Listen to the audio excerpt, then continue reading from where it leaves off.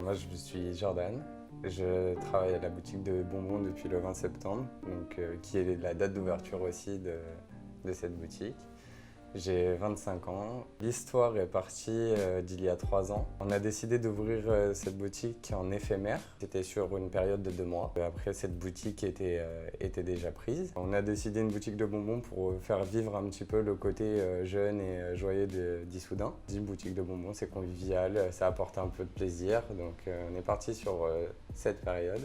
C'est plus des produits artisanaux. On va essayer de chercher la nouveauté, des choses qu'il n'y a pas forcément en magasin ou qu'on ne trouve pas partout. Je pense par exemple au coffret Maxims, au Bonheur des Ogres, aux boissons Harry Potter, qui sont assez rares, et bien d'autres. Nous fabriquons les Bubble Waffles. Donc en fait c'est une gaufre, c'est une pâte qu'on prépare nous-mêmes.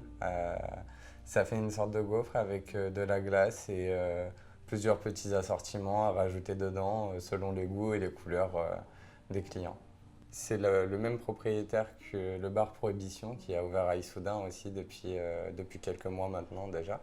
Il a plusieurs propriétés, dont Ecom 36, une agence d'événementiel. On est plus basé sur des mascottes, des animations pour enfants, des prestations de services autant particuliers que professionnels. On est assez ouvert sur énormément de choses, les animations de Noël, Pâques, Saint-Valentin, tout ça.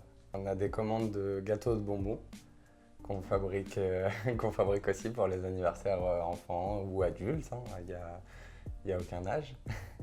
Et les clients peuvent soit mettre les produits eux-mêmes qu'ils auront choisis dans la boutique, soit choisir une panière qu'on a déjà faite nous.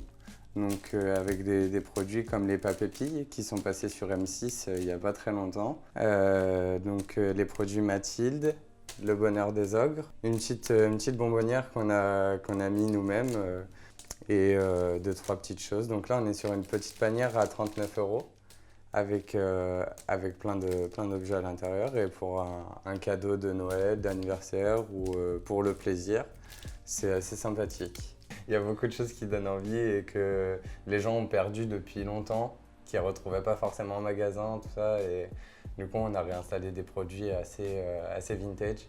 Par exemple, des parents qui viennent « Ah, ça, on en avait plein à notre époque, on n'arrive plus à en trouver, c'est marrant que vous en ayez. » Donc c'est assez sympathique de voir cette relation aussi de l'ancienneté avec la nouveauté.